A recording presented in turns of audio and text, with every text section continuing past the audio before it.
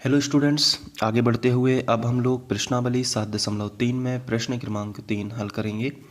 तो ये जो प्रश्न क्रमांक 3 आपके सामने हैं, इसको हम सबसे पहले पढ़ लेते हैं और इसमें जो आकृति दी गई है उसको ध्यान में रखते हुए तो इस क्वेश्चन से संबंधित जो हमें आकृति दी गई है वो आपके सामने मैं यहाँ पे रख देता हूँ। ये देखिए, ये आकृति हमें दी गई है। तो अब होगा क्या कि जैसे ही मैं यहाँ पे प्रश्न को पढ़ूँगा तो ये आकृति से हम रिलेट कर पाएंगे, तो आपको समझ में आएगा कि यहाँ पे क्या लिखा है। देखिए, इसमें लिखा है त्रिभुज ABC की दो भुजाएं AB और BC तथा मध्यिका AM क्रमशः एक दूसरे त्रिभुज की भुजाओं PQ, QR तथा मध्यिका PN के बराबर हैं। इसका क्या मतलब है? इसका ये मतलब है, इन्होंने ये कहा है कि जैसे ये त्रिभुज है ABC, ये आप देख पा रहे होंगे, ये त्रिभुज कौन सा? ABC। तो इसमें उन्होंने ये बोला है कि इस त्रिभुज की एक भुजा है AB और दूसरी भुजा BC और ये मध्यिका AM। ये जो साइड में त्रिभुज बना है ना PQR, इसमें ये जो भुजा है PQ और ये जो भुजा है QR और एक मध्यिका है PN, ये इनके बराबर है। इसका क्या मतलब है? कहने का मतलब ये है, क्योंकि यहाँ पे शब्द आया है क्रमशः, तो इस क्रमशः का मतलब होता है कि AB किसके बराबर है? PQ के बराबर। BC किसके बराबर है? QR के बराबर। और AM मध्यिका के बराबर है। अगर आपको समझ में नहीं आया है तो आप यहाँ ध्यान से देखिए, ABC की भुजाएं कौन कौन सी हैं? AB, BC और मध्यिका AM। कौन कौन सी? AB, BC, ये पूरी यहाँ से लेके यहाँ तक ये BC और मध्यिका AM। ठीक है, इन्होंने कहा है कि ये जो भुजाएं हैं क्रमशः, यानी कि बिल्कुल क्रम से, यानी AB किसके बराबर होगी? PQ। दूसरा त्रिभुज जो है ना PQR, तो AB किसके बराबर है? PQ के बराबर है। क्रमशः है क्योंकि, और लिखा है बराबर है। तो क्रमशः में क्या होता है कि क्रम नहीं हमें बिगाड़ना होता है। जैसे AB है तो AB किसके बराबर होगी? PQ के बराबर। बिल्कुल सिंपल है। BC किसके बराबर होगी? QR के बराबर। तो अब आप यहाँ पे देख लीजिए, ये B और ये C, तो ये हो गई BC, इतनी बड़ी भुजा। तो BC किसके बराबर हो जाएगी? इस QR के बराबर हो जाएगी। और जो मध्यिका AM है ये किसके बराबर होगी? यहाँ वाली मध्यिका PN के। तो ये और ये आपस में बराबर हैं, तो यहाँ पे हम डबल साइन मार देते हैं कि डबल डबल आपस में बराबर है और सिंगल वाला सिंगल के बराबर है।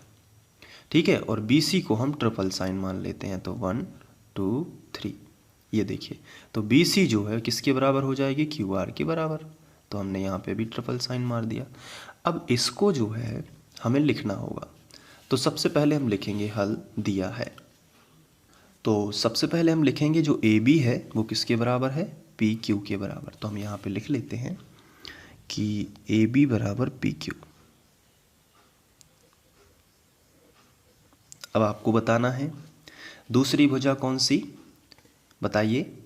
ये जो BC है ये किसके बराबर है? QR के बराबर है। तो हम यहाँ पे लिख लेते हैं कि जो BC है ये QR के बराबर है। ठीक है, अब तीसरी भुजा कौन सी होगी? AM, यानी कि मध्यिका।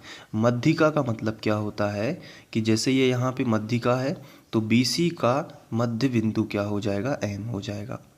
मध्य बिंदु का मतलब क्या होता है? BC के बराबर बराबर दो हिस्से, यानी BC का बिल्कुल बीच का हिस्सा M होगा। तो इसका मतलब होगा कि जितना BM है उतना भी MC है, जितना QN है उतना NR है। तो अभी तो फिलहाल हम बात कर रहे हैं मध्यिकाओं की। तो AM किसके बराबर होगा? PN के बराबर। तो हम यहाँ पे ये भी लिख लेते हैं कि जो AM है वो किसके बराबर है? PN के बराबर है।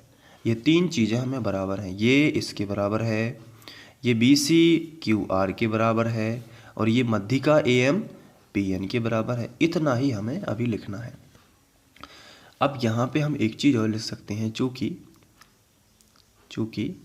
AM और PN मध्यिकाएं हैं, तो यहाँ पे हम लिखेंगे चूँकि AM और पी एन मध्यिकाएं हैं। क्या है? मध्यिकाएं।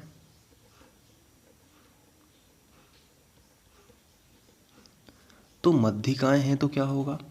तो इसलिए BC का मध्य बिंदु क्या होगा? BC का मध्य बिंदु M होगा। तो BC का मध्य बिंदु क्या होगा बताइए? M होगा। और यहाँ पे बताइए QR का मध्य बिंदु क्या होगा? N। तो हम यहाँ पे लिखेंगे और QR का मध्य बिंदु N होगा।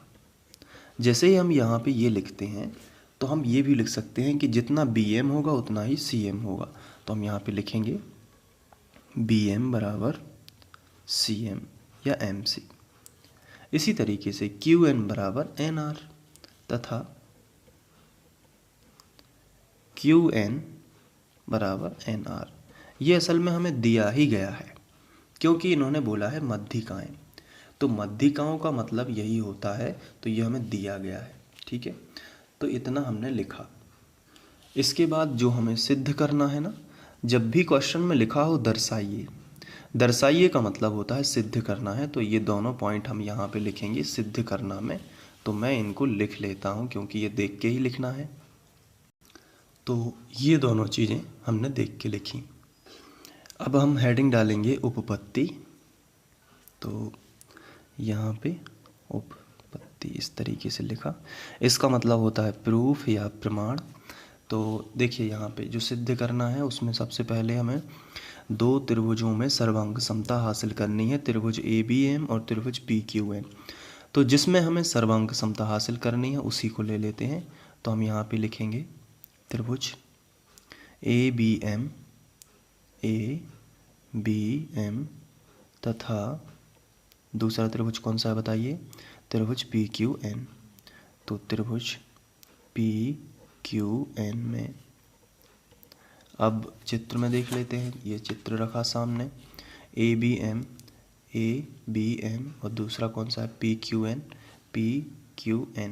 ये देखिए PQN, ये वाला त्रिभुज, ये वाला आप देख रहे हैं, और ABM ये वाला। तो छोटे छोटे मैं इसको यहाँ पे छायांकित कर देता हूँ। ये वाला त्रिभुज और यहाँ पे ये वाला त्रिभुज। ठीक है, इन दोनों त्रिभुजों में अब हमें देखना है। तो अगर हम दोनों त्रिभुज की बात करें तो हमें दिया गया है कि AB जो है त्रिभुज ABM की ये वाली भुजा AB PQN की भुजा PQ के बराबर है। ये हमें दिया गया है, आप यहाँ पे देख सकते हैं AB बराबर PQ दिया है ना। तो हम यहाँ पे लिखेंगे कि AB बराबर PQ, ये दिया है। दूसरा क्या है? दूसरा ये है कि BM बराबर QN, ये भी हमें दिया है। कैसे? आप यहाँ पे देख सकते हैं कि BM बराबर MC है, QN बराबर NR है। लेकिन यहाँ पे एक चीज़ अगर हम ध्यान से देखें तो BC जो है जितनी है उतनी ही QR है। तो BC अगर 5 है या 10 है, मान लीजिए मोटा अंदाज लगा लेते हैं कि BC अगर 10 है तो QR भी कितनी होगी? 10। लेकिन अगर BC 10 है तो BM कितनी होगी? 5। और MC कितनी होगी? 5। तो यहाँ पे भी QN कितनी होगी? क्योंकि ये QR टोटल कितनी है? 10। तो QN कितनी होगी? 5। और NR भी कितनी होगी? 5। तो अगर हम BM और QN को देखें तो ये भी तो 5 5 है। तो कहने का मतलब है कि जब BC और QR आपस में बराबर हैं और उनके मध्य बिंदु क्रमशः M और N हैं, तो BM और QN भी आपस में क्या होंगे? बराबर होंगे। तो यहाँ पे हमें ये लिखना होगा कि BM और QN भी बराबर हैं। तो हम यहाँ पे लिखेंगे कि BM बराबर QN। अब क्यों है इसके पीछे आप रीजन दोगे, चूंकि BC बराबर क्या है? QR, तब BM बराबर क्या है? बी एम बराबर क्यू एन। ठीक है, ये रीजन आपको यहाँ पे दे देना है। और वैसे भी हमने संख्या से आपको समझाया ही है कि कैसे कैसे हो रहा है ये। इसके बाद जो तीसरी भुजा है ए एम, ये पी एन के बराबर ही है, ये हमें दी गई है, आप देख सकते हैं ए एम बराबर पी एन। तो यहाँ पे हम लिखेंगे कि जो ए एम है ये पी एन के बराबर है, ये हमें दिया है। तो ये भुजा भुजा भुजा है, तो अब तीनों चीज़ें हैं तो हम लिखेंगे, इसलिए तीन समानताएं मिल चुकी हैं, इसलिए त्रिभुज ए बी एम सर्वांग सम होगा त्रिभुज पी क्यू एन के। और ये हमें मिला है भुजा भुजा भुजा सर्वांग समता से, तो हम यहाँ पे लिखेंगे भुजा भुजा भुजा सर्वांग समता से।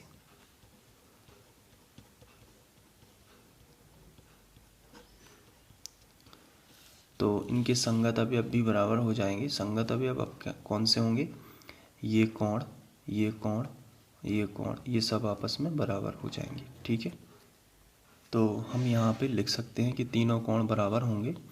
तो तीनों कोणों को भी लिख सकते हैं, या हमें जिस कोण की ज़रूरत होगी वो भी हम लिख सकते हैं।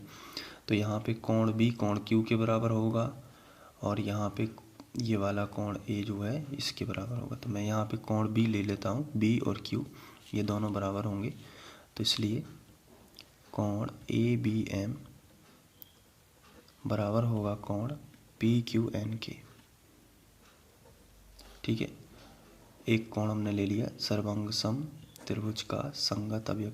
ये इसलिए लिया है क्योंकि ये हमें आगे चल के काम में आएगा, तो इसलिए हमने यहाँ पे ये सर्वांग सम त्रिभुज का संगत अवयव ले लिया है।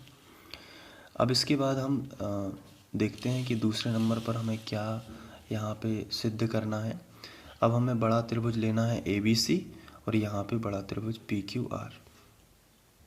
तो अब हम यहाँ पे हेडिंग डालेंगे सेकंड नंबर, और यहाँ पे दोनों त्रिभुज लेंगे, त्रिभुज ए बी सी और त्रिभुज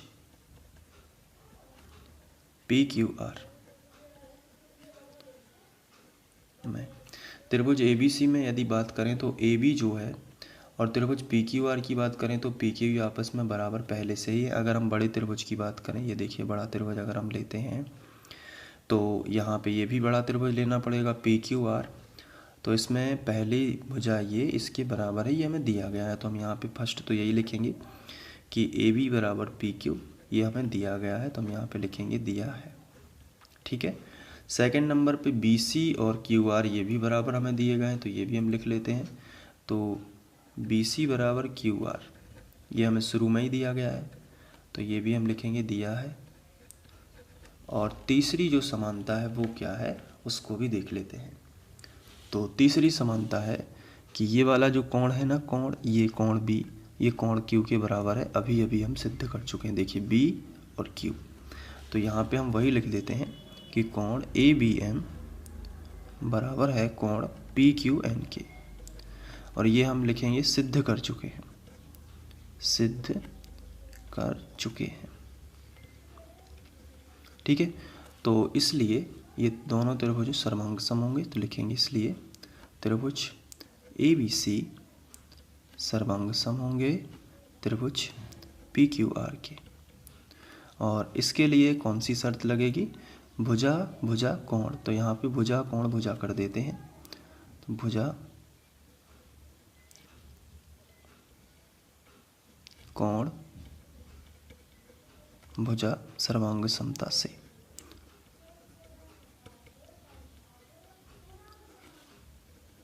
ठीक है, इस तरीके से लिख देना है, तो ये दोनों त्रिभुज सर्वांग सम हो जाते हैं। अब यही तो हमें सिद्ध करना था, बाकी संगत अवयव यहाँ पे लिखने की ज़रूरत नहीं है। तो अब आप इसको नोट कर लीजिए। बीच में लाइट चली गई थी इसलिए आपको थोड़ा सा ये कम दिखाई देगा, ये बिना लाइट के है, मोबाइल की फ्लैश से ये हम लोग रिकॉर्ड कर रहे हैं। तो आप देख लीजिए, अच्छे से स्क्रीनशॉट लेके इसे नोट कर लीजिए।